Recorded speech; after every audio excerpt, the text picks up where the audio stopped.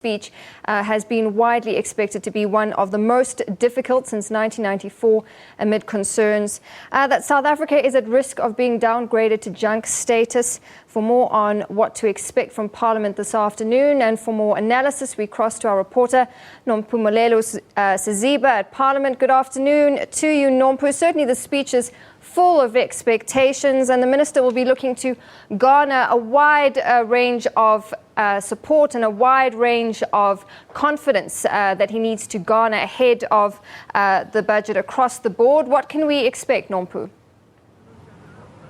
Thanks very much, Natasha. Yes, well, like you say, this is a highly anticipated budget speech. There are many stakeholders who'll be watching. Key among them will be outside stakeholders, that is foreign investors, and particularly the ratings agencies, who'll be looking to see if South Africa can manage to balance its books well and whether we can bring down our budget deficit. But obviously there'll be other stakeholders looking out at what's happening. Among them will be Labour, and I'm joined right now by Dennis George. He's the GS at FEDUSA. Thank you very much for joining us, Dennis. Just tell us what your expectations are from the budget from a Labour perspective.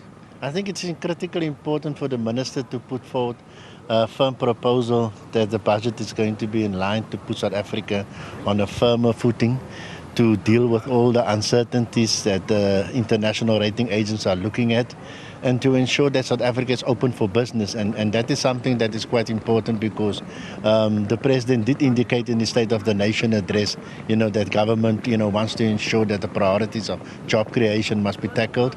The issue of new economic growth must be unearthed.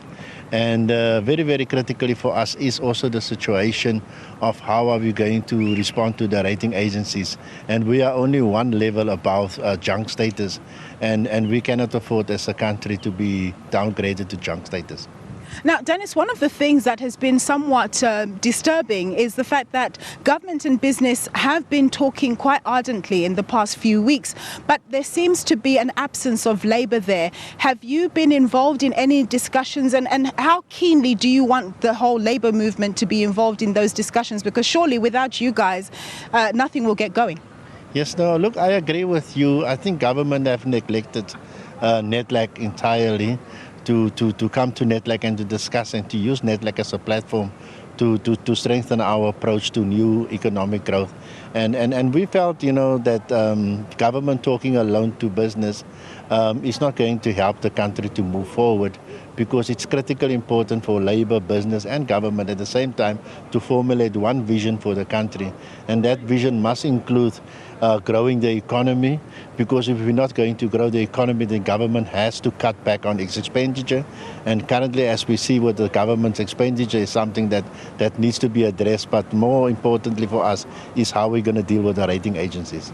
Now, we know that government has tried to put money forward for skills development and ensuring that those people who are unemployed have some process to try and transition to other jobs and so on. But what is it that you would expect government to be able to offer on top of the current incentives that it has for Labour?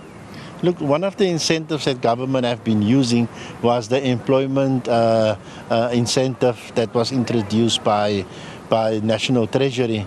But we also know that incentive scheme is coming to an end in 2017. And we know that there was 260,000 jobs that were created, through that incentive scheme. For us, the important thing is that we need to get higher economic growth. Without higher economic growth, we're always going to fall short on revenue.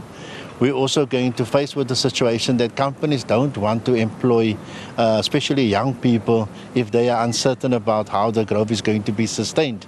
And the only way we can have that discussion is when government, take the lead in NETLAC to talk to business and to talk to Labour at the same time. Thank you so much for your time, Dennis. We'll be eagerly watching the budget with you.